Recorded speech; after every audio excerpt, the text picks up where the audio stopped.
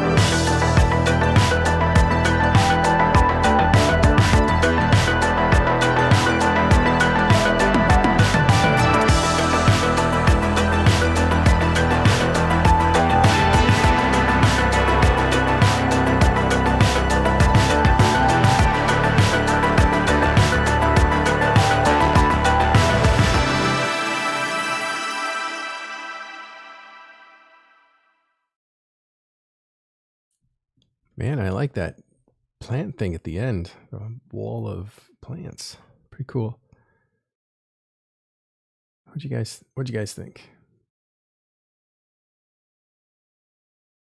That's pretty cool. Yeah. I would want to work there. Yeah, I would want to work there too. I think that's the point of that video, is something of a recruitment tool. Again, that is a newly designed building, brand new construction. It's on the university campus, if I'm not mistaken, on the top floor of one of their new buildings. It's about 6 or 7 stories tall or more. So it looks really nice. I noticed they have their own cafeteria. I don't know if they had that before, so that might be new. They did have a cafeteria, but I don't know if they serve food. I don't know.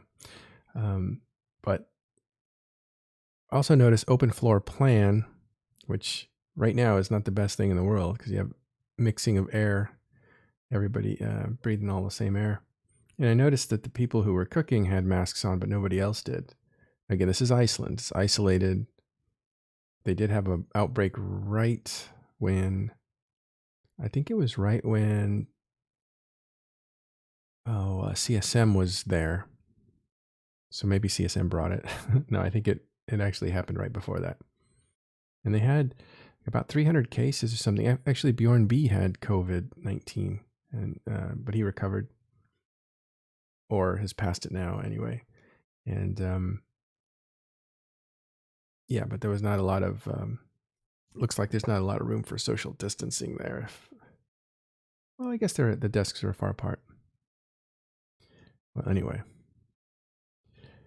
Oh, masks don't help anyway, says Obsidian Beat. Yes, masks help, but Iceland also helps. Like if you're in Iceland, you probably. I think they've isolated it very well, and I think they've almost gotten over the whole place. Oh, Bjorn B isn't in Iceland anymore. I didn't know that. Okay, that makes more sense. All right. Well, anyway, so beautiful, beautiful new headquarters for CCP. Let's go back and take some quick looks. I think it's actually a brand new building, to be completely. It is. It's new construction, yeah. Yeah, it's near. It's literally. It's very near the University of Iceland, but it's not actually. Is it on not top on the of the campus? University of. It's pretty much like next to the campus. But it's a campus building, I'll, isn't it? I'll share.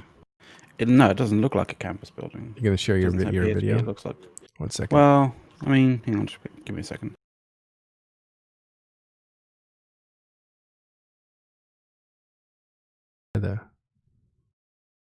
So this is where it's being built. Hold on, I need to bring that right up. Here. I don't have you up yet. 1 second.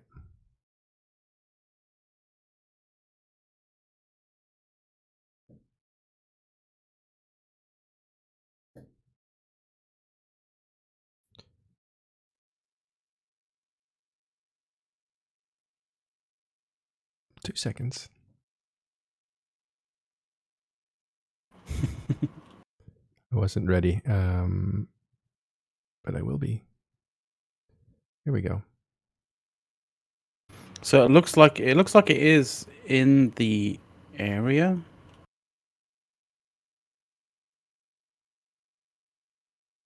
So there's research institutes around it. Mm-hmm.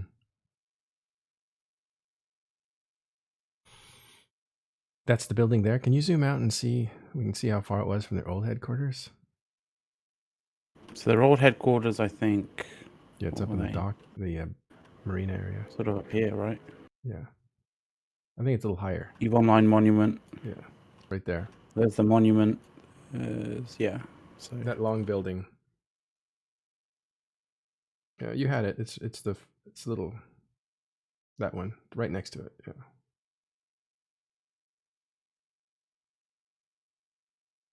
That long one there? Yeah, the gray one. Anyway, that was their old one. Yeah, and this is the new one here. So it's not far. Strangely enough, it's ridiculously close to the airport. Like that's the airport. Really? Like this is the airport here. This is the new airport. places right here. And the reason why I know it's not like just something that's built on top of, or something that's on top of an already existing building, is because when you go to Google Street View, that's the building that was on the other side of it, right? Mm. That's where CCP headquarters is. So it's a brand new building. That's near the domestic airport, not the international airport. That makes sense because that was a tiny airport. Okay, yeah. But yeah, that field is now not a field. So that field is now CCP headquarters. Oh. Is it so underground? That's where that is. Okay. No, they haven't built a secret underground volcano layer. Is it in the Batcave?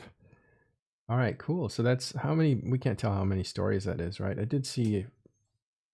Not really. The model. It was seemed pretty tall for when they showed the preview. I think it was at one of the fan fests. They showed the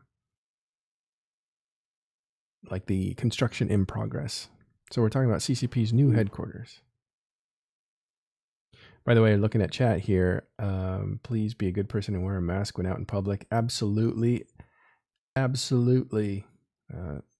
Do not equivocate on your health and the health of everybody around you. I just read a story about a guy that was isolating pretty well. Where was he? He was here in LA somewhere. And he went to, he broke down and went to a party. Some other guy went to the same party, and he had COVID and he knew it, but he didn't feel any symptoms. So he thought it was okay. Well, he infected the first guy, and that guy died, like, fast. And he wrote something on Facebook saying how he'd really screwed up by going to that social gathering party or whatever, and he was ashamed that he had possibly spread it to his own family, his mother and his sister and that sort of thing. The guy was like 50 years old or something. Yeah, so a lot of people seem to get like the kind of advice or kind of the comments that are made by people sort of a little bit mixed up. Like, yeah, the mask is not going to stop you from getting COVID-19. But if you have COVID-19, whether you know it or whether you don't, the mask does prevent the spread significantly. It doesn't eliminate it entirely, but it lessens the ability for you, whether you know whether you have COVID-19 or not, to spread it. Yeah. Well, That's the thing. I think there's so much information going around out there. You just know that everything is risk. Stay at home as much as you can. Wear a mask if you're going to go anywhere, and be outdoors as much as possible if you're going to be near people. And I wouldn't put 6 feet. I would put 12 feet. I would put 20 feet between you and somebody else. Like, if you can, yeah, a lot of distance. Try be as distant as possible, but and as well as allowing people the space as well. Like, allowing people the space, you get you do get people thanking you in their own particular way. Obviously, you do get those people who don't give a crap, but you get those all the time anyway. Yeah. Anyway, it's real. It's real. Treat it like it's a real thing. Okay, back to CCP HQ.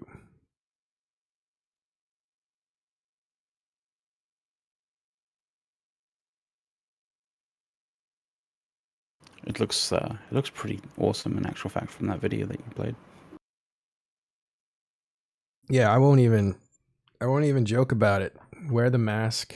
It's not a political statement not to wear a mask. It's like, it just shows like you're in real trouble. If you think that wearing a mask and not wearing a mask is a political statement, then you've been politicized, unfortunately. Sorry about that. You've been co-opted. All right. Maybe we should wear a mask every time we do the show, even though I'm completely isolated in my home, just to show good. You're gonna infect me through your microphone, man. I have it right here. This is the one I wear out there. It's reversible too. It's pretty cool. Matches the headphones. I got a cool, trendy looking one from the US. In actual fact, we have an array of masks now.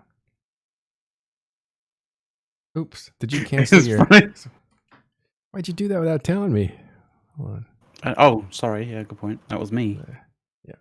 Well, you said that you were gonna, you had your mask. So I wanted to check your mask. Oh, just check the stream. All right. No worries. All right. So again, going back, this is CCP's new headquarters. You can see that's CCP Goodfella there. This is Burger down here.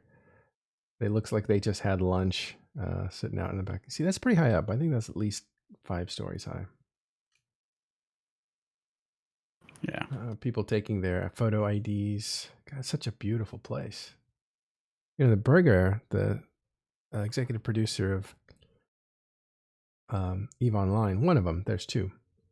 There's Manbjorn and there's Burger. And Burger used to be an architect, so he was an advisor on this project. I bet you got a real kick out of that. Yeah, Hilmar was saying like we've abused him, abused him, asked him questions. Look at these guys. Would you want to be one of these guys working at CCP? This person looks really happy. So does this one. Would you want to be I one of mean, those three guys? it's always an awkward thing when you're working and someone like goes, "Oh, Pops do you a mind? camera in your Do you face. mind us filming?" And you kind of like go, "Oh no, I'm sure." But then when it happens, you're like, "I don't know where to look. Do I look right at them, or do I just carry on working?" Or... Act normal. Let's see. Is there any rotten shark in there? When someone says "act normal," you instinctively start not acting normal. I know. Okay, enough of this. But we wanted to indulge a little bit into CCP's lifestyle. And there it is. Look at that. All that orange. They eat orange in Iceland. It's probably just Better the heat working lamps. environment. Okay. So we wanted today to go through, instead of a war update. Oh, look, Andrew's writing me back. Go on. I don't think he'd mind me saying this because it's important, but Andrew Groen says, "Hey, Manuel, my new book actually only goes up to 2014. Oh, Oops. nice. So you've still got loads to go. Yeah, maybe that But that's wasn't- good because then it means there's a part 3 as well. So Yeah, there will definitely be a part 3. There has to be. We'll make him do it. We'll make him do it by showering him with donations. Shut up and take my money, Yeah. kind of thing. And this is interesting, in part because it was obvious that the war, he calls it, was still something that was being developed or was developing. Oh, I see. So the ending actually only goes to like a BTAC-R era, where that's a natural pause. He's so smart because, and this is Andrew Groen, the author of Empires of Eve.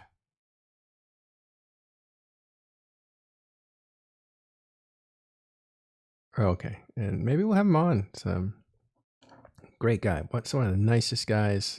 Such a great thinker. Andrew Groen, author of Empires of Eve. He's finishing up, I think, publishing soon his new book, Empires of Eve 2.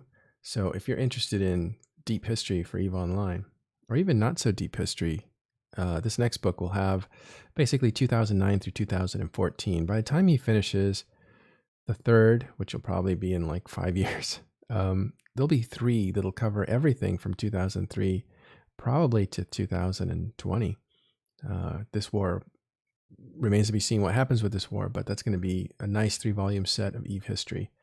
And some good stuff. Of course, not all of it because it's a galaxy, or it's a, there's tons of different trails of storylines and stuff. But he has pretty much stuck with the major conflicts and the players and that sort of thing, which we're about to see again, coming just around the corner tomorrow. But I asked him. We had a program with him. Maybe I should publish it with Andrew Groen, and. Hold on a second. I'm going to change this title so that we can do some justice to plug in his book.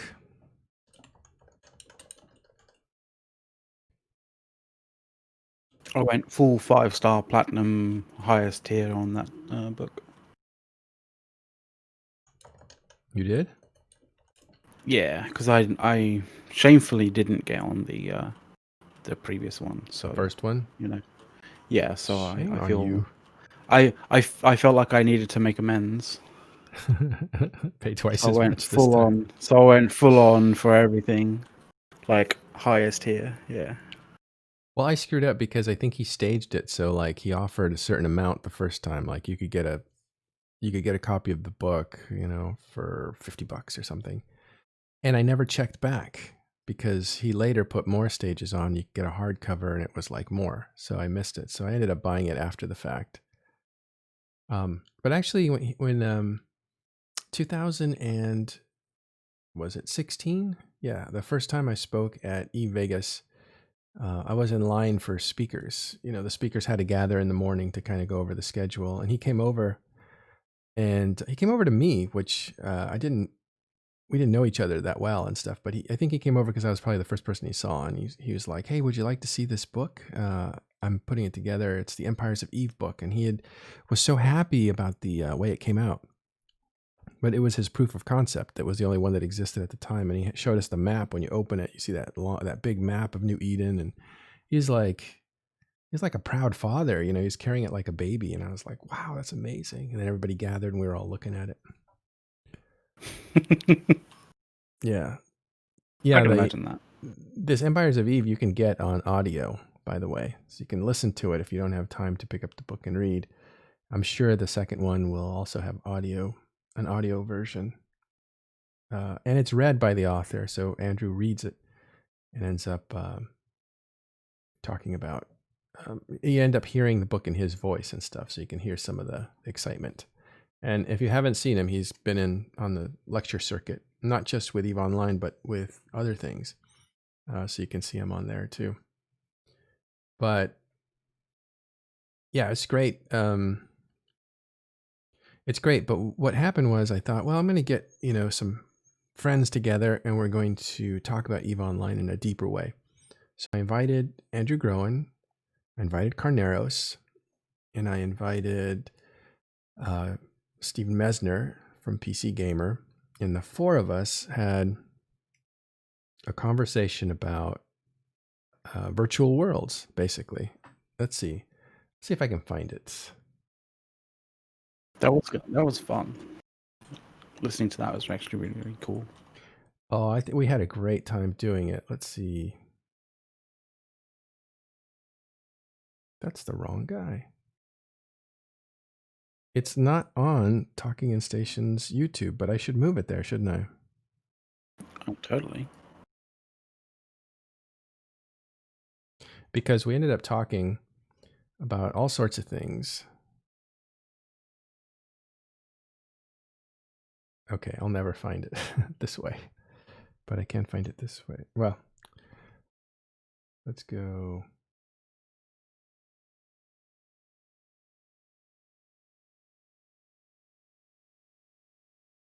There's it's on Talking Station's main channel. Is it? Main channel, yeah. Did I put the video there? Yes, but it looks like it kind of his video is unavailable for some reason. Oh, we'll get that. Which is kind of funny because on the actual on the article on our website, it literally says "Thank you to McLeod, our editor of video."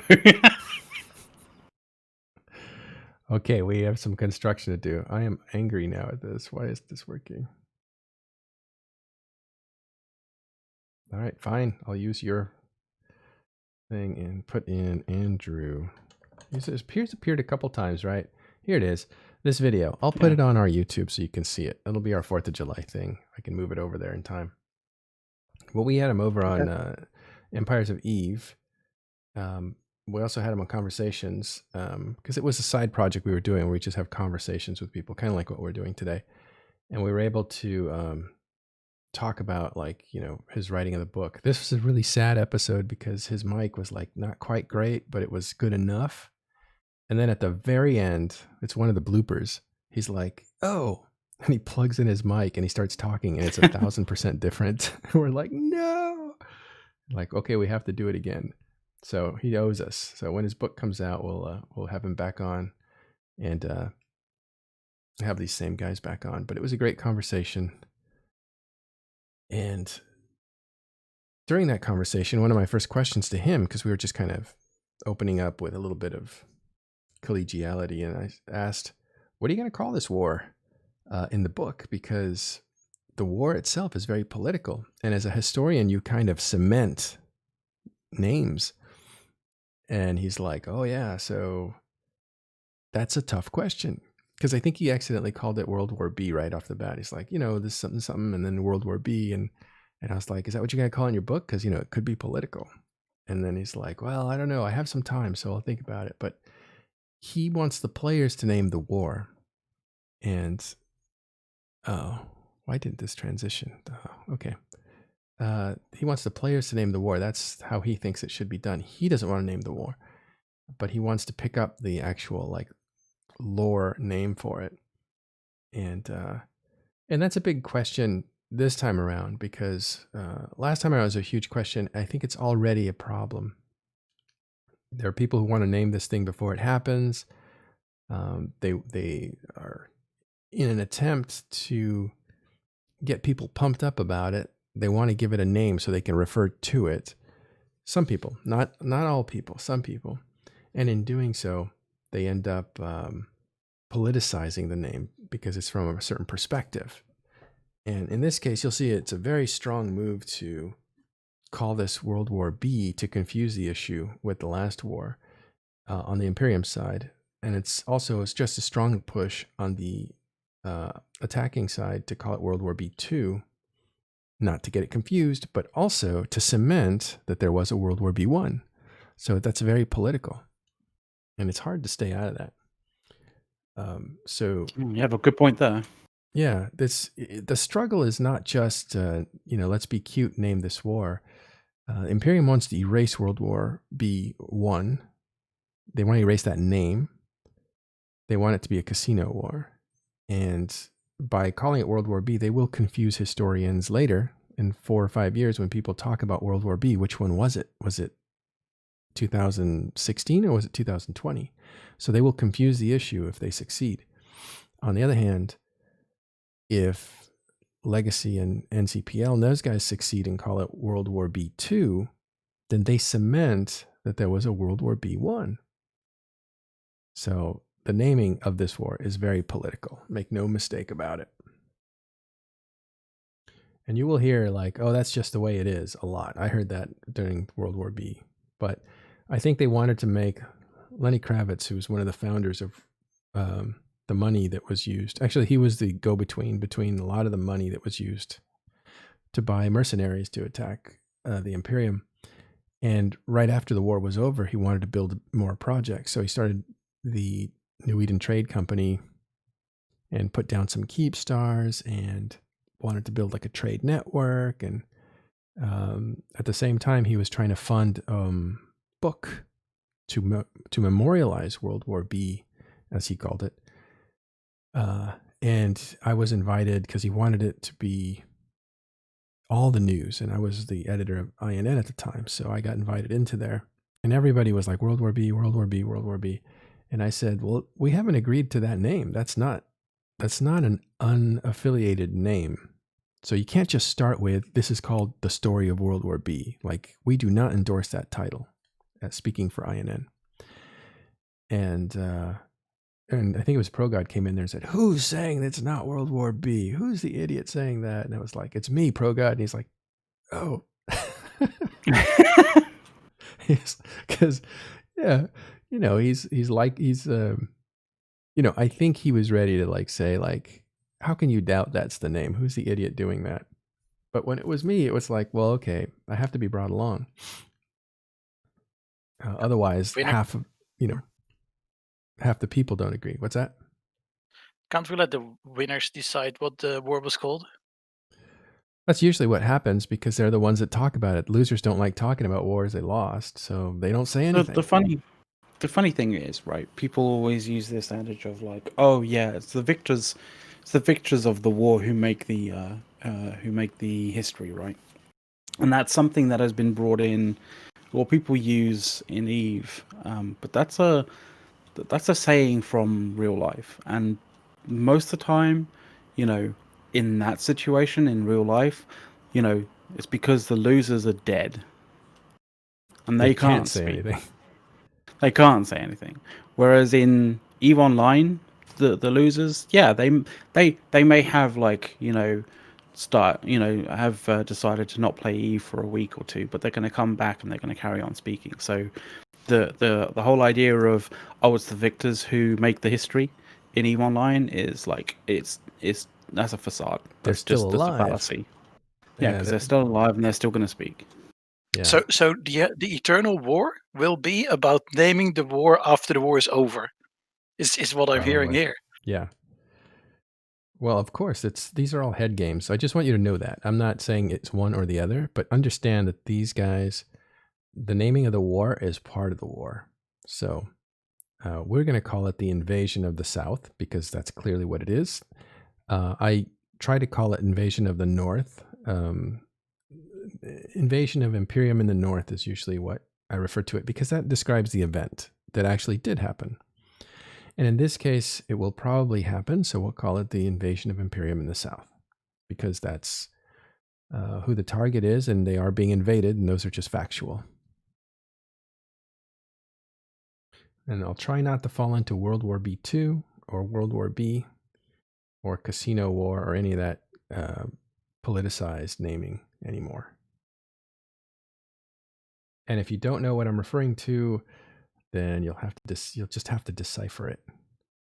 And I'll try to help. Every once in a while I'll say, as people call it this, people call it that, just to put those bridges together. But here's the thing, a lot of the FCs that don't really care about the meta, they don't really refer to it as anything. Like Vince Draken, he never called it World War B that I can remember early on while it was happening. Killer B might have, because, he has his B name in it, so that was part of it. But yeah, I do like that title, The Great Nip Slip, which is hilarious. I think that was part of the propaganda. We'll go into that next. Okay.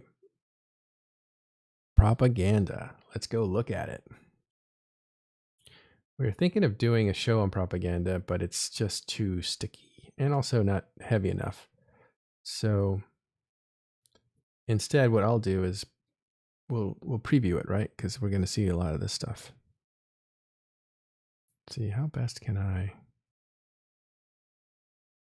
Let's try this.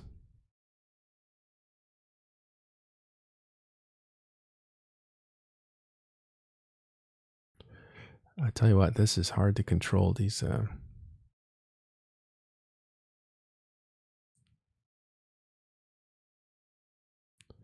here you go. There's our little there. All right, this is the first one. It's up. This is an initiative. This just came out. Let's have a look at it. Yeah, listen to it. It gives you shivers, man. Like, it definitely gave me a shiver. Really? Cool. I was gonna say it's a little try hard, but okay, here you go. It's not like you'll see what I mean. Should we talk? It's not overly it's not overly politicized. No, we should. I do like it. I have a rendezvous with death at some disputed barricade. It may be he shall take my hand and lead me into his dark land and close my eyes and quench my breath. I have a rendezvous with death, and I to my pledged word am true. I shall not fail that rendezvous.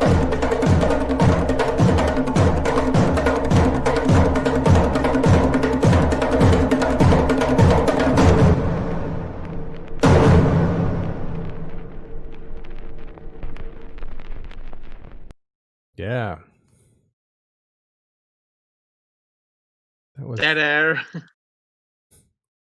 See what I mean, man? Yeah, that was good. It's kind of good, but not good. I'll tell you why. You want to critique it? I do like this. Like, they put their logo up. Get out of the way, you. They put their logo up, the initiative, right? And it's like, yeah, initiative. All right, I can get behind the initiative. And then the initiative is making a statement here. We're Imperium. Don't forget it.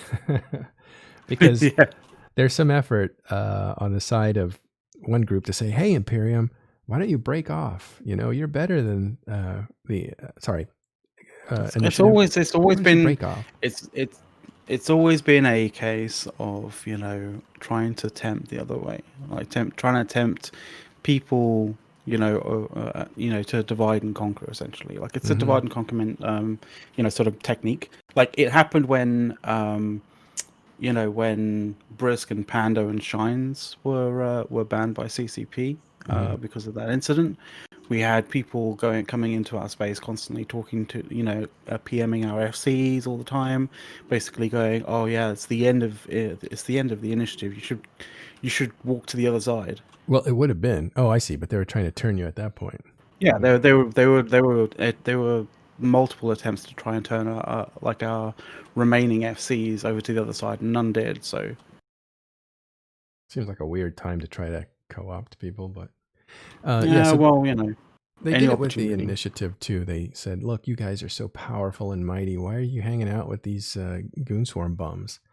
And in that case, I guess I forget why CO2 changed sides, but it wasn't. I don't know. I think there was a dispute, so they were already kind of upset. Territorial dispute over moons that TNT was getting, and CO2 thought TNT doesn't do any work. We do the work. Why should they get the moons? So there was already a dispute there. So finally, they were just like, "Okay, we're out. We're out. We're going to protect our systems here in Vale or Tribute." That might have been the reason that CO2 flipped, but it did look like a break, right? It was a significant break that really kind of put a conclusion on, or it really set everything in motion for the original invasion of the North, the Imperial North, where there just was no way that Goonswarm and Bastion and TNT and Executive Outcomes and whoever else was left with them, I think Lon, could climb out of that. So that was like a big deal that CO2 switched sides, very big deal. And in this case, Initiative's getting kind of the same treatments. Like, you guys are good, we respect you, you're powerful, that sort of thing.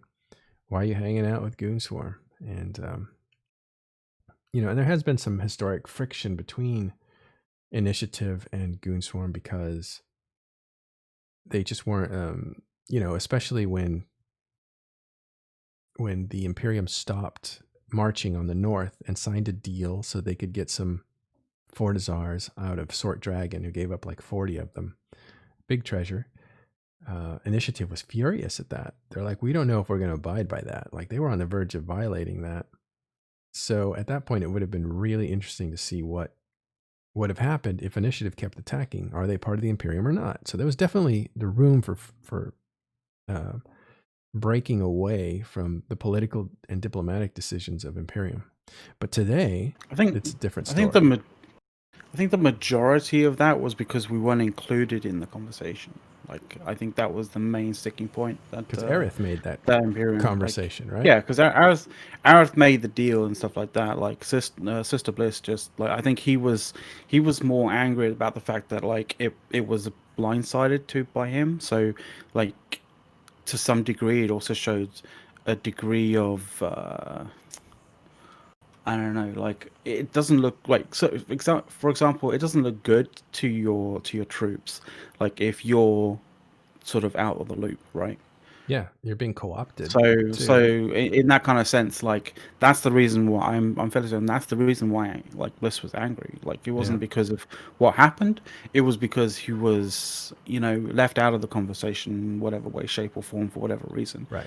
That was the main reason why. Right, but Bliss the point was he was about it. upset, and there was a divide.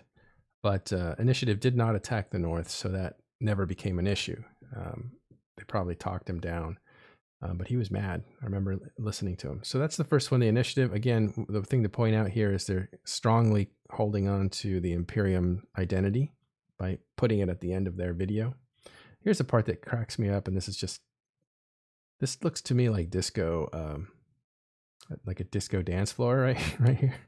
That looks like a disco dance floor, but I like the way it ties into the to that beautiful photography here. Beautiful stuff. I don't like this when all the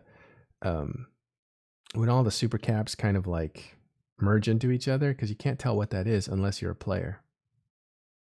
I hope at some point there will be, CCP will kind of change some stuff around so things like that don't happen as much. And I know this logical. Yeah, I hope so, because that would be really visually. It'd be much cooler if. I know this like turns people on to see that many Titans firing on a Keepstar. This makes me ill, because this tells me the game is so broken that it just needs to be completely revisited. That is ridiculous. So to me, that doesn't look like strength. It reminds me that Eve is broken. That's what it reminds me of. I mean, it's a show of power, show of force, right? Like, yeah.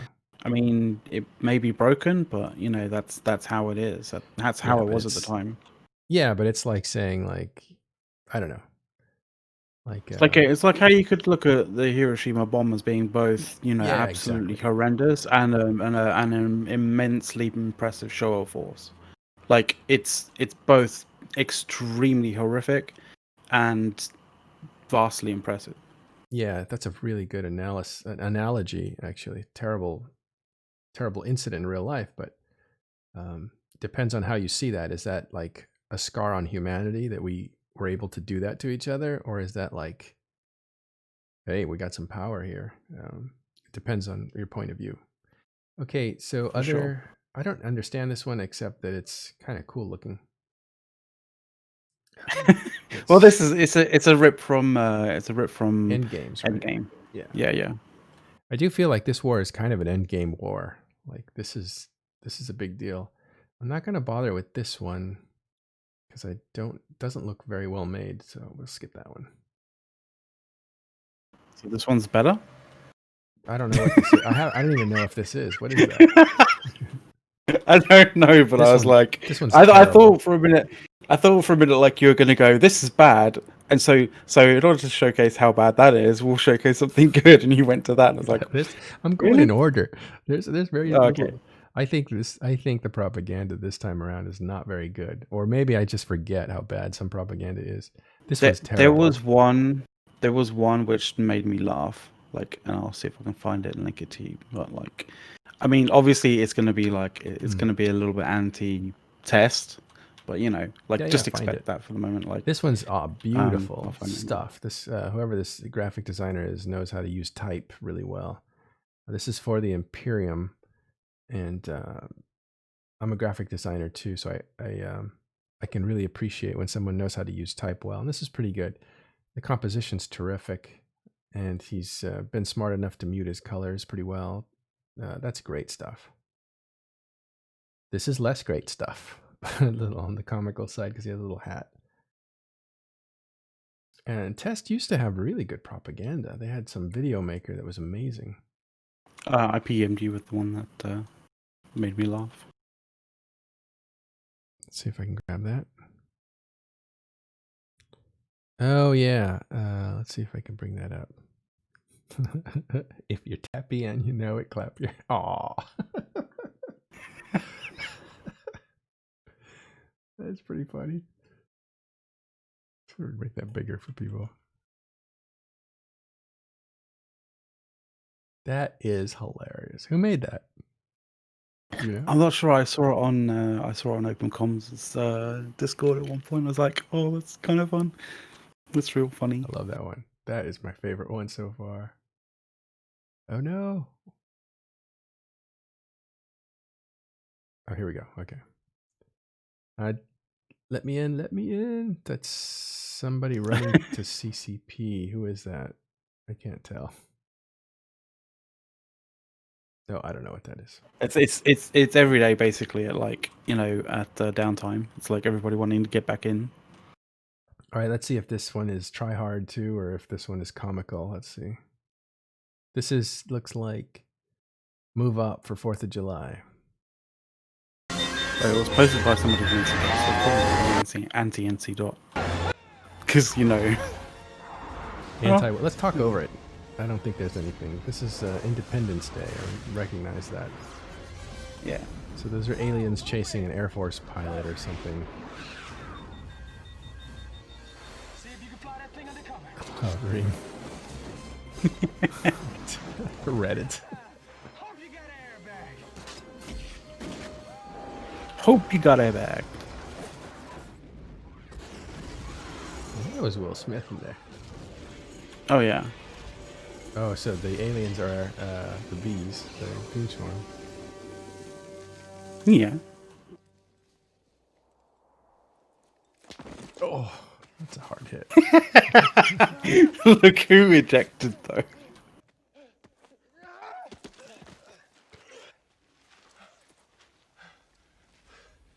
What's NC Dot?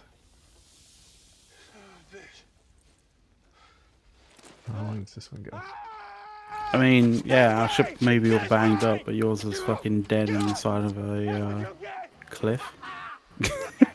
Ship all banged up. Who's the man? Huh? Who's the man? Wait till I get another plane! I'm lining all your friends up right beside you! I never liked this movie. Where you at? The second one's even worse. I'm not gonna lie.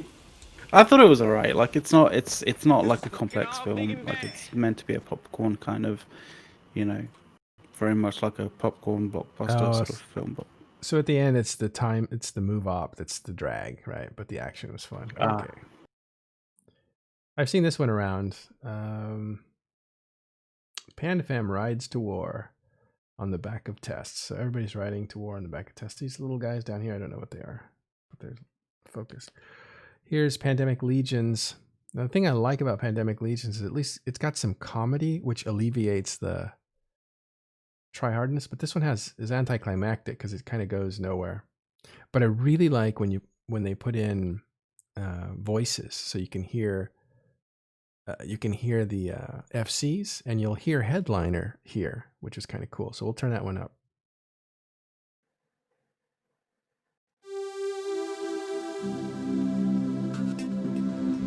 shit, oh shit, oh shit, oh shit, oh shit, oh shit, oh shit, oh shit, oh shit, oh shit, oh shit, oh shit, oh shit.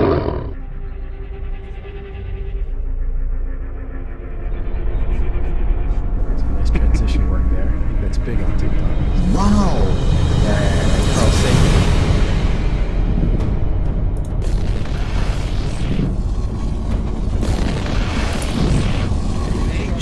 Undock from the keep style, walk to parlour, jump into parlour side.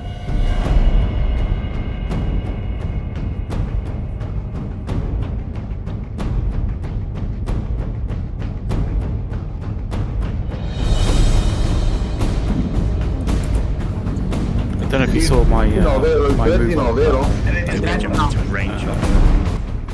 a few days ago.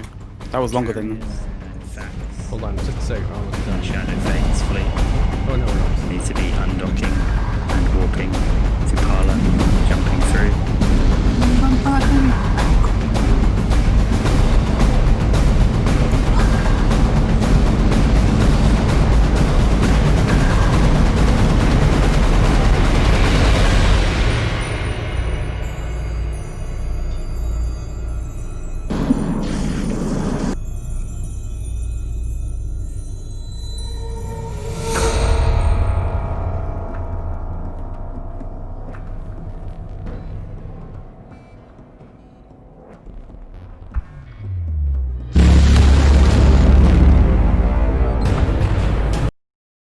Okay. That one was pretty cool. It was it didn't take itself so seriously. That's Can you hear me, McLeod? yeah, sorry. Here's the thing about all these videos, like if 25% of your video is your identity, there's something wrong, right? Like your priorities are screwed up. Like, come on. This isn't like a feature film where you need your whole logo on there. But this thing starts out... Is this World War B2 like, you know, Oh, is this right. like our version of Max campaigns? In that sense, yeah, I think they're calling it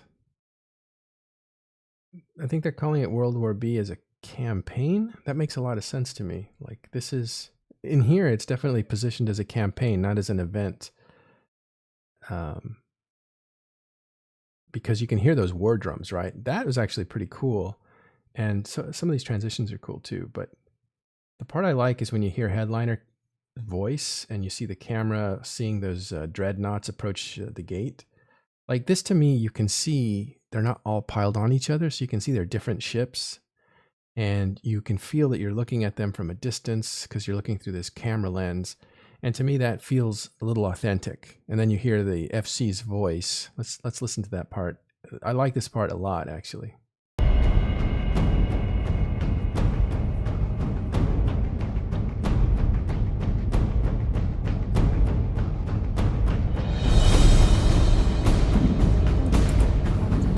I guess his voice was on before that, right here.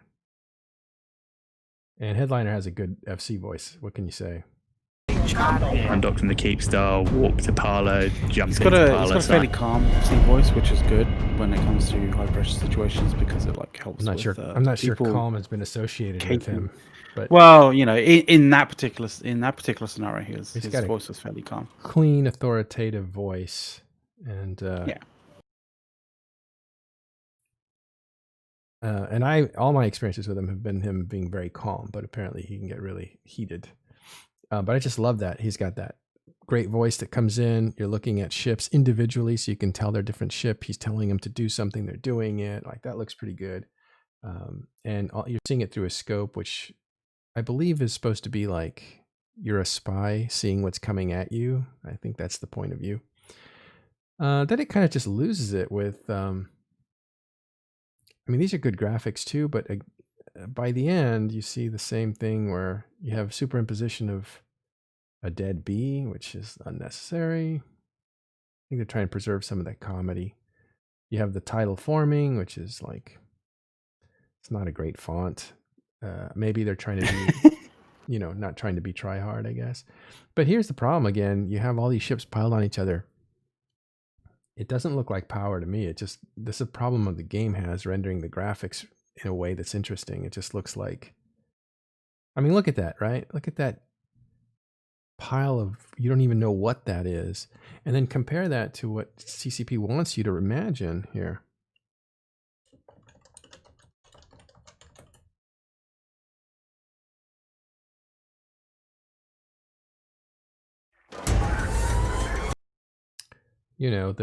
What's the trailer here? That's Eve Echoes. Dominion? Not Dominion. Well, Dominion's one too, but playlists, Eve trailers. Now I'm thinking of the prophecy. Like that is what we're supposed to imagine is happening, right? Let's see.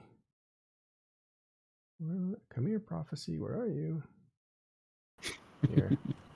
This is what they want you to imagine is like, this is what's supposed to be happening. Clear for movement.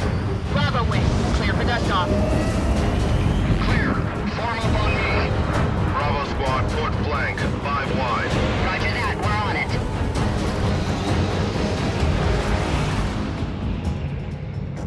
That's a fleet. But look at the incoming fleet. Blockade is ready.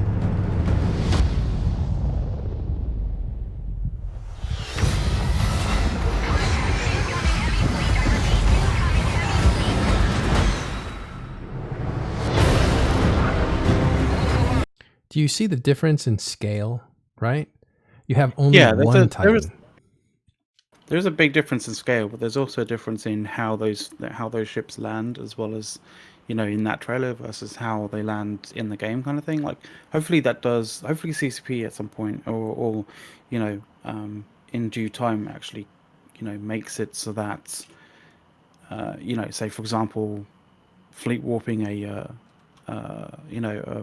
fleet of supers and titans doesn't all end up in one big giant ball, but ends up like slightly spaced out, but not to the point where, if you're warping a group of supers and titans to a gate, like, people don't land 40, 50, 60 kilometers off the gate, right? Like you kind of want it to be, if you're warping to a gate, you're warping to a gate, and you can land and jump, when you land to the gate, kind of thing.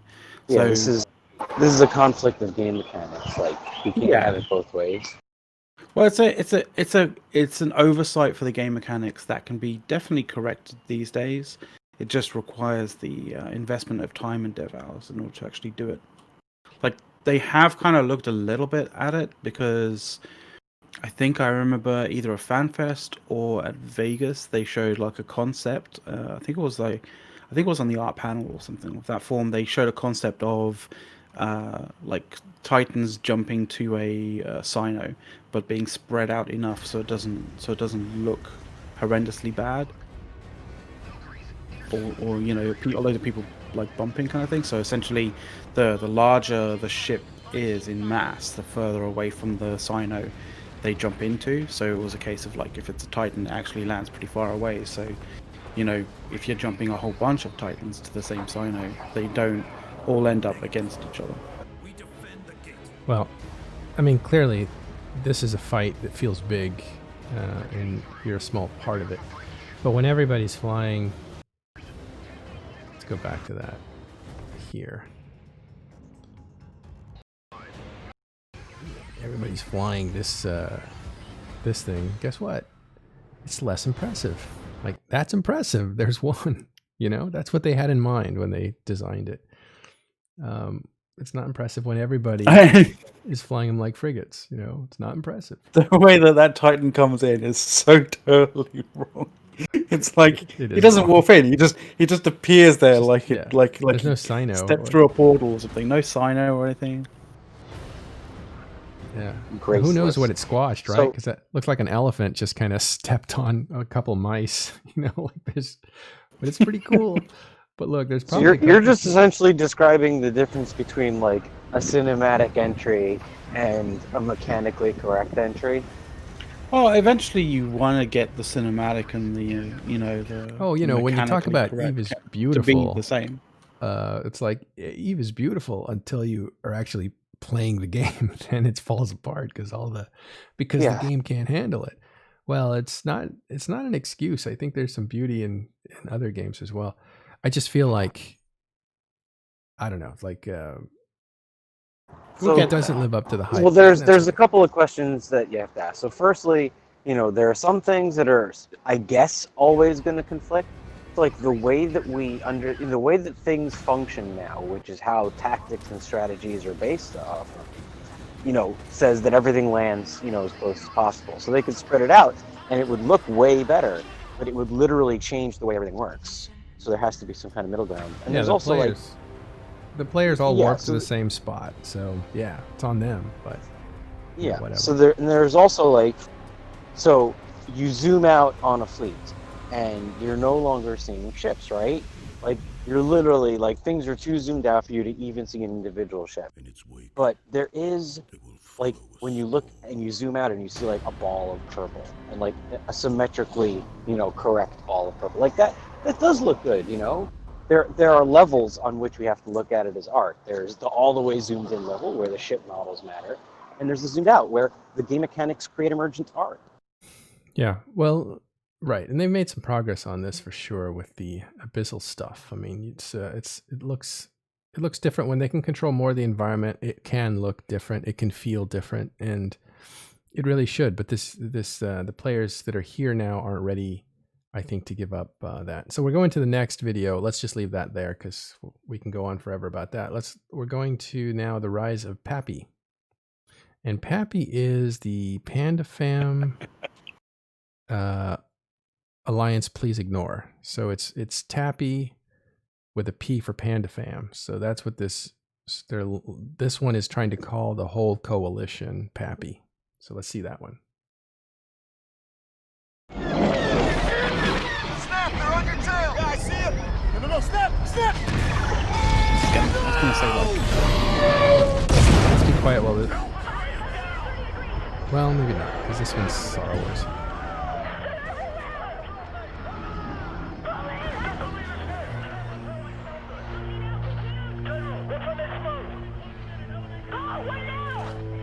My friends, Disney's going to be coming for us. I'm sorry. I thought we had a shot. I'm going to let it play out because it's There's emotional. so many of But there are more of us, Poe. There are more of us.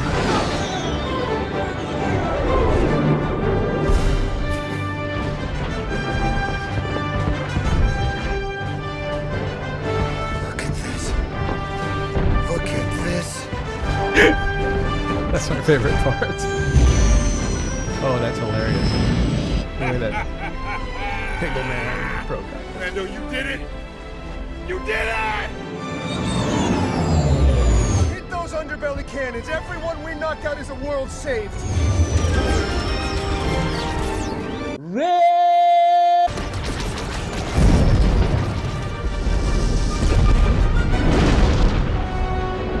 I mean, to be fair, I'm not entirely certain whether Happy wants to really sort of, you know, state their potential, victory conditions on expertise and skill.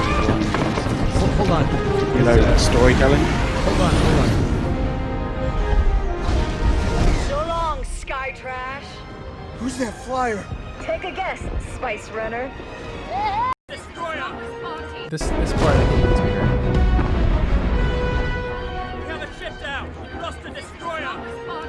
Where did they get all these fighter craft? They have no navy. It's not a navy, sir. It's just People.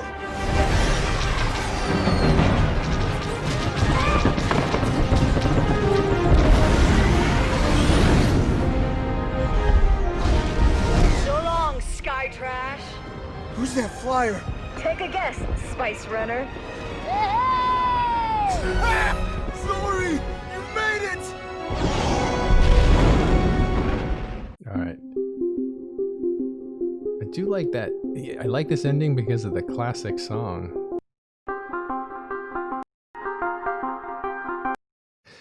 There's a couple things that are interesting in that one. Sorry, I cut you off because I think you needed to hear some of the dialogue. Like this one's not. That's fair enough. It's not so special that we need to not talk over it, but it definitely had some propaganda value. And here it is.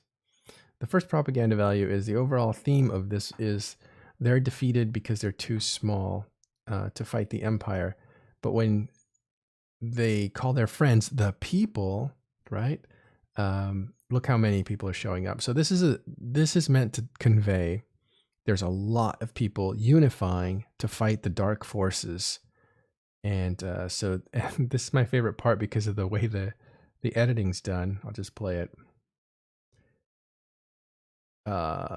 This part is, I think he's a third tier snuff FC, but I like the way they're moving his face around. It cracks me up. It's oddly appropriate emotionally for some reason. But this sweeping pan is hilarious. And then Test is the Millennium Falcon. The way Test is animated it cracks me up. But here's the other part of it. This dialogue is important because you have Matani and Asher talking, and you have other Imperium groups kind of pushing the buttons on this Star Destroyer. But listen to what they say here if you haven't seen the movie. Where did they get all these fighter craft? They have no navy. it's not a navy, sir. It's just People. That's no navy, it's just people, and they're stunned, right? So the point is that the people are rising, and that's what this propaganda is all about. It's not that Test is attacking Imperium, not that NCPL Panda Fam is attacking Imperial. It's that the people are attacking, and that's what they want to convey with this. It's not limited to the people who are engaged. It's all the people that are oppressed by the Empire, or in Eve terms, the Imperium. That's what they're trying to do here. Okay, shall we move on? All right. Did you have anything on that one? No, I just hope that Test and PanFam aren't pinning their hopes on Ryan Johnson's storytelling abilities. That's a director of Star Wars. The writer of The Last Jedi. I'm afraid to see this one because I wonder if it gets all political. Let's try it anyway. This is Last Night in 1DQ. I don't know who made this. Let's see. Do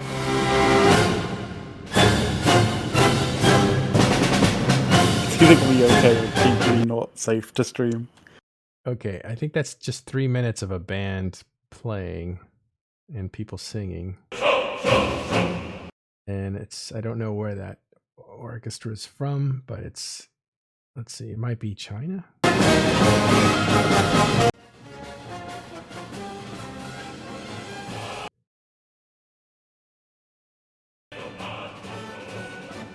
And I'm not sure what the point is of that, except maybe to compare the Imperium to China. Yeah, it was taking a bit of a jab on China, being like, "Oh yeah, you all march to the same thing." This one, I think Dirk McGurk was promoting this one. He's putting it out there. These two in real life try to defend. They came out with guns because people were using a private road in front of their kind of a big house. There's a man-woman couple, and they came out flashing guns at protesters that were walking by. So they've become an instant meme in real life. And it's Defend Castle Delve. I think the idea is that they are that couple. That's Matani, that's Brisk Rubal, both from the Meta Show, out in front of their giant castle, their Keepstar. Now that I think about it, it's kind of funny. So good head strip though on Brisk. I think that's a brilliant job. Good tonal well matching. done. Could have done a bit more work on Matani though. Yeah, a little bit more. Bit of color correction required. Don't Tread on the Imperium is an old one. I think I've seen this one around before. That's a Marine. The United States Marines has this symbol, so they put the. I don't think it's Marines. I think it's Army, but like, I think Marines would be like, that ain't us. By the way, dude. I think Don't Tread on Me is a Marine thing, isn't it? And see, this is the original. I thought it was Marines or maybe something affiliated.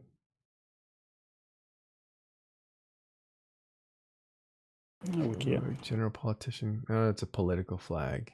In 1775, during the American Revolution, it was used by Continental Marines as an early motto flag. So it was. Well, you were right in that regard. Yeah, sorry. It's the U.S. Marines, but I didn't realize it was so old. Colonial age. That's old. Okay. This is World War B2 something. I don't know. Should we watch it? I'm nervous. All right, let's go. Oh, whatever. Let's go. Oh, it's a restaurant. Fuck you, fuck you, fuck you. You're cool. And fuck you, I'm out.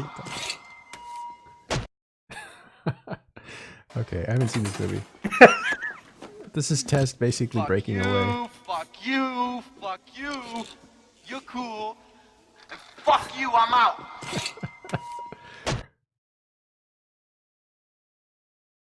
That's kind of funny.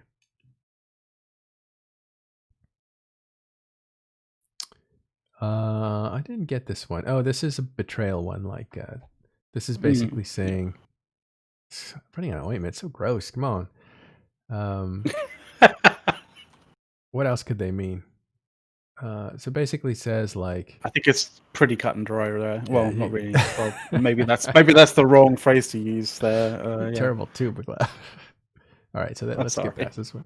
Basically, it means the NC dot here in the green skeleton is gonna screw you over. Test. It's a matter of time. Enlist now for Test's hurricanes. Those are hurricanes. World War B2. See, they're pushing that. They're pushing that name. This was a great video actually that came out. It was on its own. It's very funny, and then they just put names on top of it. But if you haven't seen this video, it's pretty funny. We'll play it. Where's the volume? I don't have the volume. Like, yeah, I can't see. Without the volume, this doesn't really work. Yeah, there's no volume on this. All right, we'll let that go. Find it though. It's all over the internet right now. It's this dashing fellow.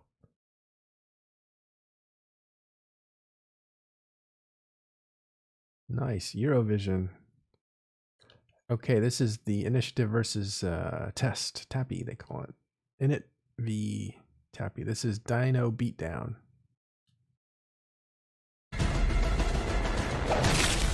Oh, jeez. Oh.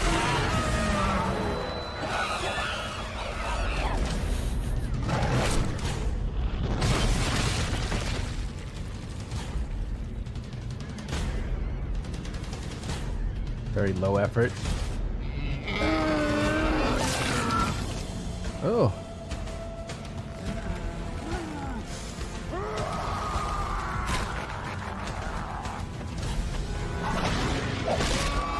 Ow. Oh. This is horrible.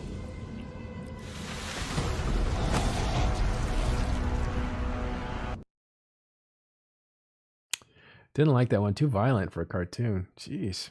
It started off as a cartoon. You thought it was going to be okay. Yeah, I thought it was gonna be fine. Oh, it's come So on. that's the thing. Like, that's the thing. Like, test guys can go and find relevant material by watching, things like ripping off sections of the Jurassic Park and Jurassic World movies and stuff like that, right? We can, when you want to do anti-test stuff, like you can literally just go to things like what is it?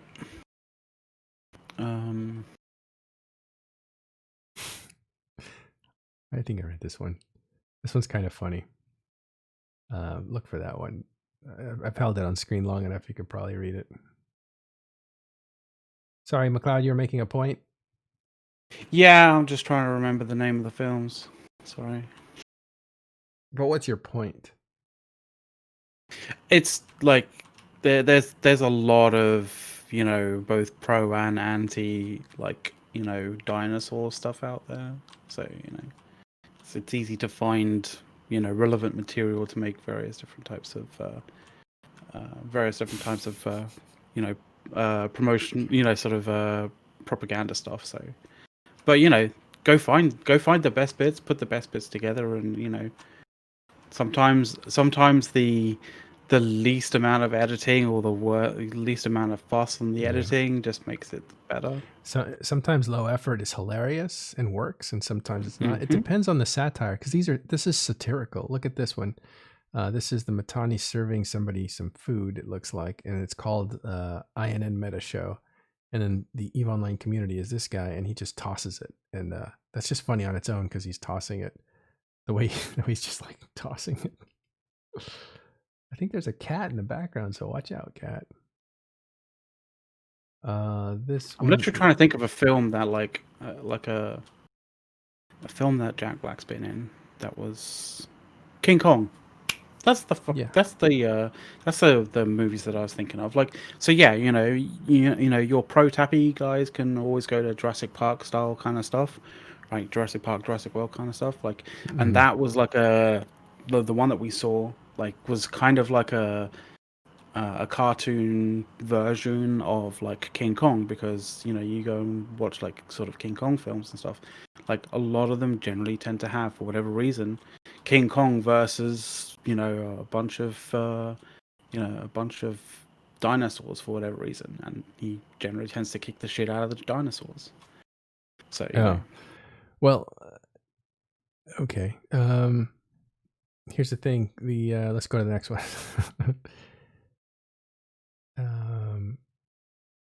No, Cable. We haven't talked about CSM's statement yet. We can talk about that next. I love like that whole picture could just be like this one here. Well, no shit. Yeah, it was the whole picture and that whole thing could just be summed up with no shit, Sherlock.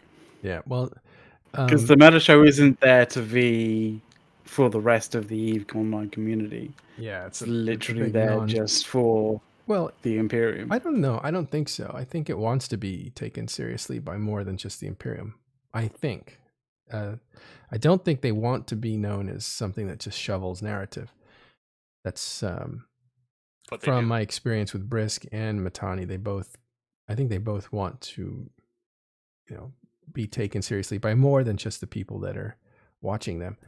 So what this is, and the reason I dialed back to it is because Nick said rejecting Mitten's narrative, and that I didn't explain what this was, but yeah, this is, or maybe I did and didn't remember, but this is basically here I'm giving you something to eat and rejecting it. So that's the community saying we're not going to eat, and what he's serving is basically the meta show, but it's not the meta show, it's the narratives of the meta show. So this is saying that the meta show is a narrative and it's being rejected by the EVE Online community. Okay, so just to make that clear. So we have one more here. Maybe we have a few more. Let's see this Hell War Transformers.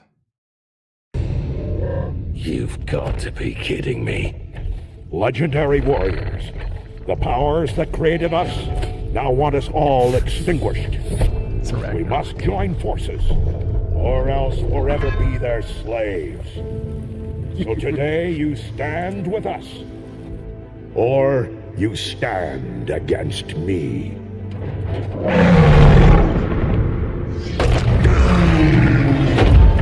Very wise.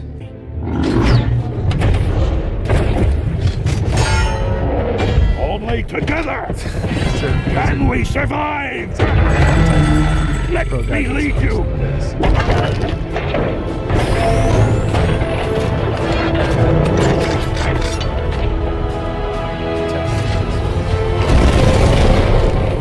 Oh no. I was expecting a giant. Come here! That's rather apt.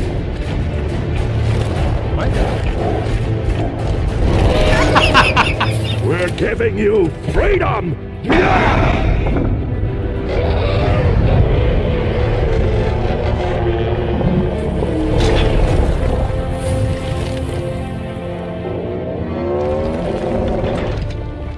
That's Ragnarok he's got. Oh, that's funny. Your traditional power, we're powerful, will defeat you kind of thing. There's some comedy in there. That's Pro-God's head on the creature. And then I can't read that. Stukas and he's using So we Naglfars. invented Stukas. Yeah, we invented. Okay, so there's a historical moment there. Stukas were criticized as being something that Pro-God Legend had pioneered. Not even pioneered, but he made popular, which were called the Goku bombers. And they mutated into Stukas according to Pro-God. So they're taking a poke at Pro-God, making it satirical that he's saying we invented them, or I guess maybe it's the other way around. So this is the Go Live and Delve blast. They culturally like if anything, test culturally appropriated Goku fleet. What's happening to this dude in the background here? I don't know. Look at this. There's a transformer back there. He gets. I don't know what happens to him. Okay, so there's that. I haven't seen that movie, so I'll have to go watch it. Well, maybe not. Okay, calling it World War B2. So let's see what this is. No, you're lying. It's bullshit. It's bullshit. Global bullshit. I call bullshit bullshit! My wife's not some criminal mastermind. She needs freaking brain camp! That's my money! Rorkles. No! Those are Rorkles. Okay, so that is about the naming of the war and Goonswarm. This is depicting Goonswarm throwing a fit and picking up its Rorkles, saying, "That's my money."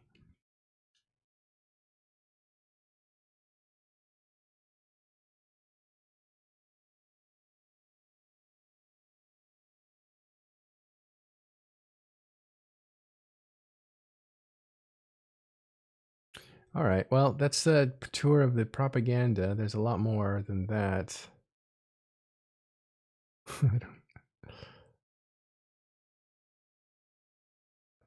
This is not Simek, but it's heavy inspiration from Simek. But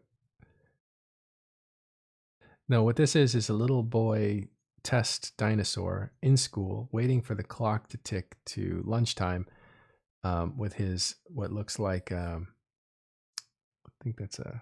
I don't know what these things are, but they look like ships or stations. And he's waiting. That's a faction Fortizar. The Faction Fortizar. Calente one. Yeah, that's what I thought it was. And he's waiting to go outside to beat up the bee. So I think that's what that's about. I think that's what that's about. The other thing looks like a hurricane. Yeah. So this one is coming up with a plan. Doing precisely what we've done 18 times before is exactly the last thing they'll expect us to do this time. That is funny. That is funny. Pandemic Legion, Northern Coalition test. That's a little scene out of Blackadder Goes Forth, I think. Ah. Good series. Comedy series. I've always liked these. One does not simply walk into insert here delve. This looks like a good one. World War B.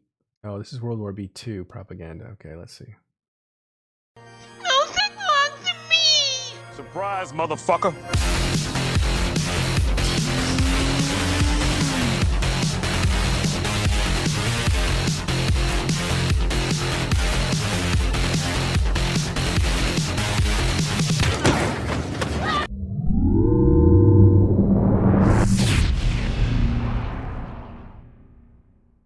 Okay, so that's Okay. that's a sucker punch, and then it goes through all the different. Oh, that's pretty funny. Like variations that were created from it. Oh, I see. Yeah, but it goes through all the alliances. Yeah, taking a punch at that. That's pretty good. Delve on the 5th of July. So right after this thing starts tomorrow, is bees chasing the dinosaurs, and I think this one might be. I don't know what this happened in real life, but I don't know whether that bee was placed on there just for the sanctity of everyone else. yeah, for the rating to cover up. I don't know what's going on in that picture. I don't want to know. An unfortunate bee placement. Yeah. Okay, so a little haiku, I guess.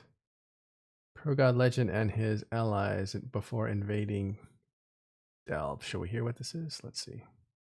Oh, there's no volume. Okay, goodbye.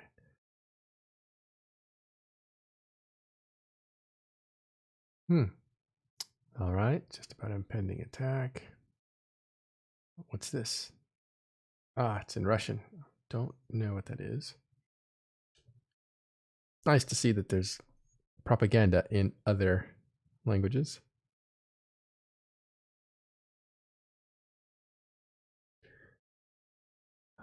This is probably an old one. This is Cymex's old one.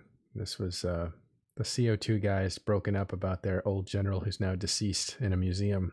So Gigex is no longer with them. He is now a portraited general, and his guys go there to commune with him.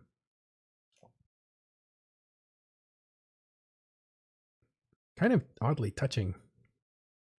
All right. Yeah.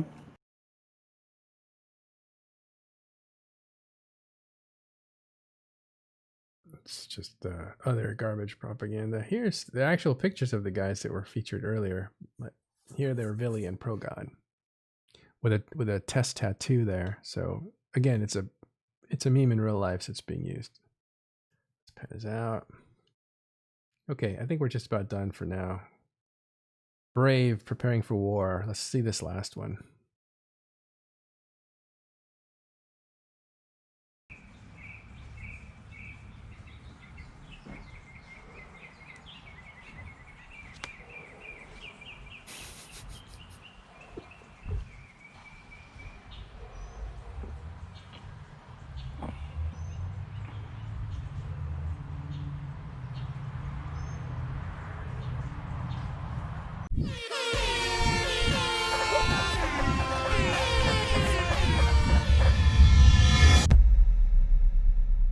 Tell you what, Dunk makes some good stuff, and this is those are Dunk Dinkle's legs and arm, his POV.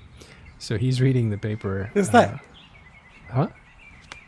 Is that him basically going? I'm not quite so sure what he's like. I mean, obviously, those are obviously beehives, right?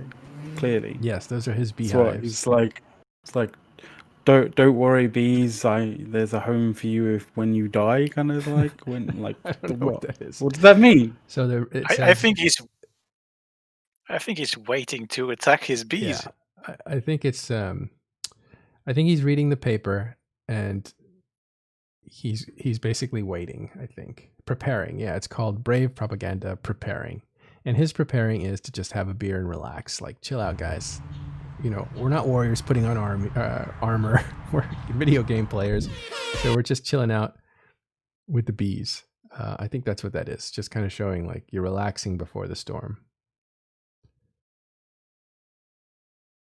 I mean, I think it's cool that he made original content for sure. Like rather than just recycled other people's content. So that's this is a little different, but it is related. Outfoxed is this is kind of funny. So Goonswarm went to pick up some Fortizars in test space, basically, and 2 of them got blown up, and 1 got stolen by this group called Outfoxed, which is I think they're wormholers. But this thing is the Fortizar, the Morganis Fortizar. That's the Galenti one that's really tall. So obviously the Forters are going, "Oh, Goons, you're back at long last," but Outfox has already got him. The poor guy, he's sweating. He's breaking into a little sweat because somebody's got his arms around him, saying, "Nope, you're not going back. You're going with us." Oh, that's pretty funny. And we can end on the one that we started with. That is classic. If you're tappy and you know it, clap your aw. Those eyebrows too. Oh my god, that's funny. All right, so that's the preview of some of the propaganda that's been going out. So check it out. I think a lot of that you can find on Reddit. It's good for that kind of thing. How many fleets have I missed being on this show? Yeah. All right, let's move to the last thing. And that is a CSM statement. Do you guys see this? I don't know if it's on Reddit or not, but it definitely was on TIS. In fact, we released it first. It came to us first yesterday, right after the show, so we put it out right away. I'm going to assume. Let me change the picture so you can see. Is Cable still here? Mm-hmm. All right, let me fix this.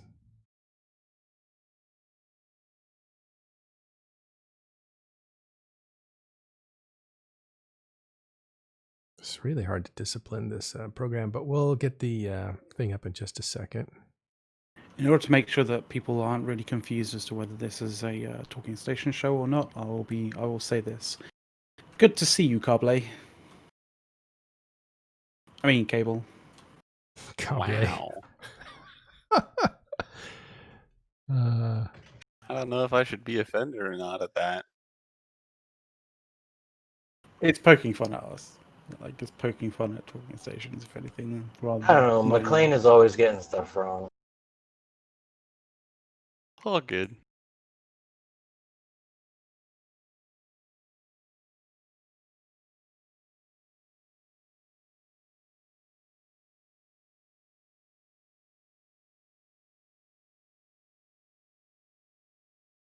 So that is a joke from McLeod because I did a 4-hour podcast yesterday in Spanish with dragons, and that was pretty cool. I went through like my personal story, the beginning of the media stuff, but I also went into TIS and how it was created, why it was created, that kind of stuff. And then I actually went into the war and talked a lot about that. And we talked along the way about features and stuff. So cable is how you would say cable in Spanish. So clever.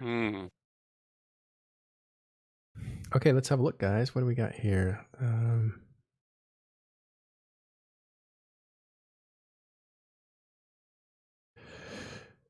Okay, so basically the CSM came out yesterday and said that they were all in agreement, or most were in agreement, that they would talk to CCP and say, we do not recommend any changes that would affect the war. Because last time there was a war this big, Citadels came out and right in the middle of it, and capital balance changes came out right in the middle of it. And so they don't want this war to be affected by mechanics changes. That's the idea of this whole thing. What do you guys think of that?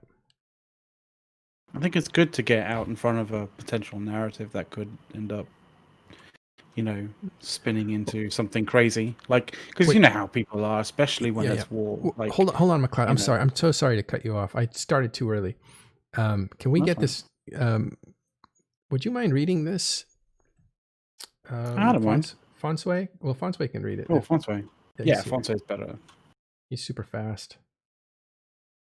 Do you mind Fonsway, reading it's it? your time to shine. I'm on mobile, so I don't know if you want me to do that right now. Oh, okay. McLeod, you want to read? Yeah, I could do that. If you want to. It's in messages. Yeah.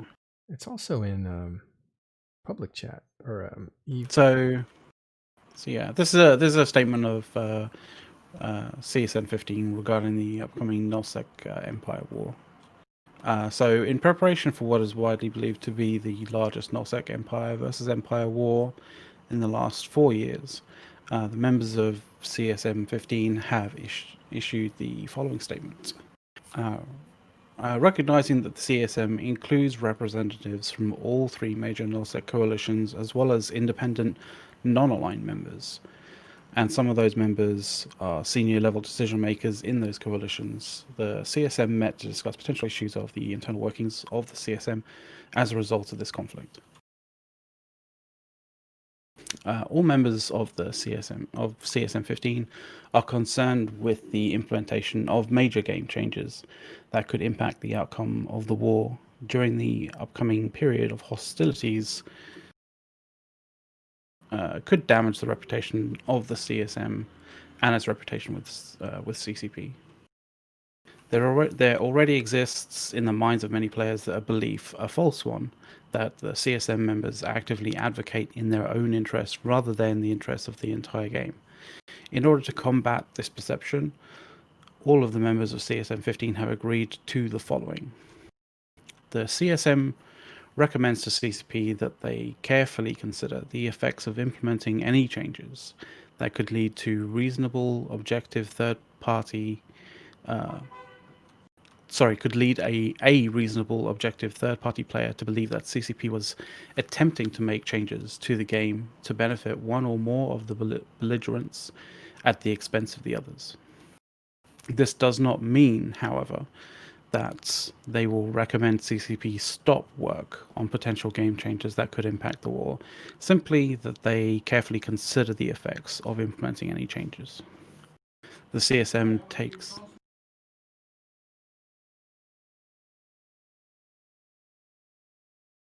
Sorry about that, dude. So the CSM takes its duty to represent the players and to advocate for changes that benefit the entirety of New Eden seriously.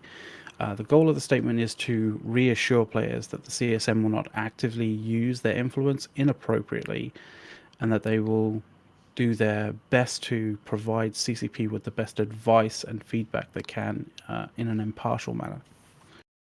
As always, final decisions about any changes to the game rest with CCP, and at best, the CSM provides feedback, guidance, and advice.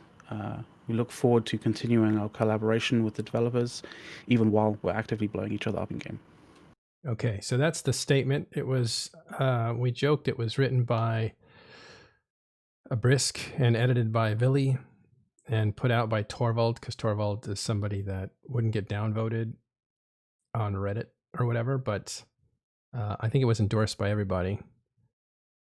We joked that that's what happened, and I think we were right. So those are the authors, but it's sentiments of CSM in general and stuff. So it doesn't matter what the authors were. It's just that somebody went to the trouble of putting it together. Now let's talk about the substance of it. So this tells me like, excuse me, everyone, Nullsec is having a war. So suck it, wormholers. Like any changes that are going to affect this war can't come in during the war. Because we don't want it changing the war. It's not saying that like any effects are not, any changes aren't going to be coming in during this war. Like it's saying that any changes that do come in during the war have been carefully considered. That the implementation may screw with the war in some way, shape, or form, and that it has had that kind of due care and due diligence made. Mm-hmm. All right. Well, so it doesn't mean that there's going to be no changes. It just means that the changes that do come in aren't just being blindly put in by CCP, just because without thinking of the effect that it has in game. So there will be changes, or at least there could conceivably be changes that would impact, that are needed by certain areas of the game, but would impact the war. And I can understand both sides of that argument, like Null asking if we could just wait on that and do something else, because like let's let this war go down. But on the other hand, it's like you're asking everybody else to wait.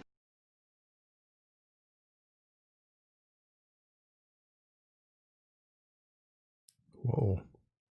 I mean, Yeah, I think it's. Go ahead. Secondly, the argument that I've been hearing from CSM members is that now we finally have a war after 4 hours of waiting, and now they tell the rest of the game to wait, and they tell CSM or they tell CCP to wait with changes that everyone in the game has been asking for the better part of 6 years, which doesn't really add up. Like it's we ask for change, but as soon as it actually shows up, and go, yeah, but wait, you know. To ask to have a war in a locked-in state, like that's stupid. That seems to make that seems to make sense. Like they have their plans, they want to execute on them. This is something that hasn't happened in a long time that everybody seems to want. So, it's very rational and reasonable to say, like, let's let this play out, with things the way they are. But why? Well, I mean, we're not talking about a conflict that. So you said 4 hours, just to make it clear. It's been 4 years since the last war, not 4 hours. Yeah, oh, sorry. Yeah, sorry. I think the statement is because they want to make sure that their hands are clean, that nobody can point at them, hey, but you did it. So yeah, for evaluating the value of the statement and having made it, it does seem very much like CYA, but at the same time, I'm trying to evaluate the message rather than the fact that the statement was made, and like I can definitely see both sides of that. Like on the one hand, you're asking everybody to wait for certain specific things, but on the other hand, it's kind of a reasonable request. The thing is, last time the Citadels came into play, which is one of the reasons that the invasion of the North took place in 2016 is because the Citadels were coming. And one of the calculations was that Imperium, if they get Citadels, will be much harder to remove from the North. So we need to move now. That was one of the undercurrents that were going on. So the timing was a lot of different things. Momentum. There was a community momentum too. There was basically CO2 whelping the heck out of dreads and seeing low-sec groups really have some great fights up there in Hakonin. And that chummed the waters. So that drew a lot of attention of players that wanted to fight. So they were coming to the North to get involved in that, but it turned into a bigger thing because one is they wanted to get it done before changes to the game. And two is there was a lot of momentum community-wise and a lot of missteps from the Imperium with the book deal and with the arrogance of declaring the Viceroy program, even though the Viceroy program never really did anything. It was just an excuse to like get more momentum. So momentum at the right time. But when the war started, they actually did drop the Citadels, the Keepstar among them. And Sword Dragon was the first one to put a Keepstar down in Decline. And to me, that marks the end of that invasion, because there was a moment where the Imperium as a whole was in Serenin, and they were fighting and they were doing pretty well in Hurricanes. At least they were trading well. And there was some talk about clawing back their territory slowly. But when that Keepstar went down, all the rhetoric changed to let's go find a new home. So it did make a difference, but nobody really talks about Keepstars and how they made a difference. Plus, there was a balance change to supers, and there was, the faxes had come in just in the middle of that whole thing. So people didn't know how to use them. PL was losing them all over the place to Goonswarm's Hurricanes. So it was an interesting time, but I don't think anyone looks back at that war and says CCP or CSM conspired against us and dropped these new mechanics into the game. I don't think anyone ever has said that. So I don't know why they're feeling like they need to cover their ass here. Like why? Probably because they know something's coming. Well, maybe the incumbents might do, but then the new members to the CSM? I'm not sure about that. Like, have they had enough time to adjust? Like, because that's the other thing. Is like there's a lot of, it's not like everyone gets like, here's a a bulletin point of everything that's going to be, that CCP is doing, etc., in the finest detail. Like, that's not how it gets presented to them. Like, we hear a lot of stories about the fact that CCP devs are very tight-lipped on on a lot of what they do to new, especially new members of the CSM because of the history of CSM leaks and that kind of thing, right? So you can't say like you can't just jump to the conclusion that every new CSM gets a bulleted list of the finest details, like what's going, what CCP's working on within the next year or whatever. Like it's trickled through. Yeah, the incumbents probably know a lot more as to what's coming down the pipeline, but like the new members of the CSM are probably still in the dark and making, probably more so just creating or remaking all of those working relationships that they had with CSM, with CCP devs and stuff. There is one thing. They said something about final balance changes or last set for a while on super capitals in their last Yeah, they did. thing. Yeah, they did. And They nobody said, knows what they are. right. So they may say hold those off. That might be what they're talking about. But it's interesting that I think Well, Cable raised that point. They're not specifically saying hold them off. Like this is the thing, right? Like there's a part in it that says this does not mean, however, that they will recommend CCP stop work on potential game changes that could impact the war. Simply that they should carefully consider the effects of implementing the changes. Not stopping. I mean, that's not saying stopping work and don't implement That's a it. kind way of saying But don't. just carefully consider the effects if you do implement them. Like, they're an advisory group only. I mean, all right. Last word, Cable, on it. But that's like a dad telling his daughter to not have sex with a guy. Careful, by saying, careful. by I'm going to ruin you. to be, That's a bad analogy, dude.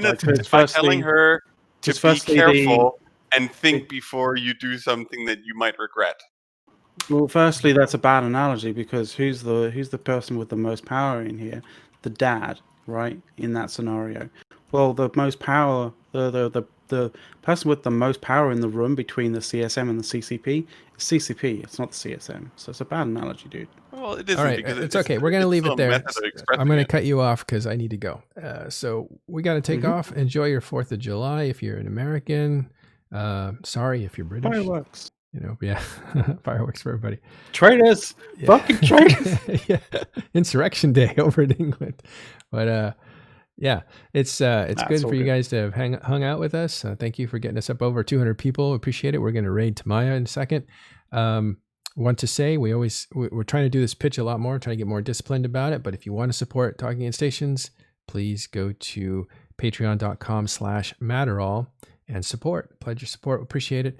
We're looking at moving to YouTube for streaming. That's going to come as a big shock. It won't happen right away. Probably this month will be a transition period, but we may not be on Twitch after that. We're just looking at cleaner options, options that are better for the audience and that sort of thing. And Twitch is just a very young place, whereas YouTube is going to allow us to do a few more things too. So look at that. But if you want to help us out, you can find us on talkinginstations.com and wherever you get your podcasts, or on YouTube, place your comments there and that sort of stuff. Yeah. We're not leaving Twitch right away. We're just looking at it and going to transition out, but we will be leaving at some point, probably in the next month. So thanks very much, everyone. And we will see you tomorrow for the Sunday show and then again next week. Take care.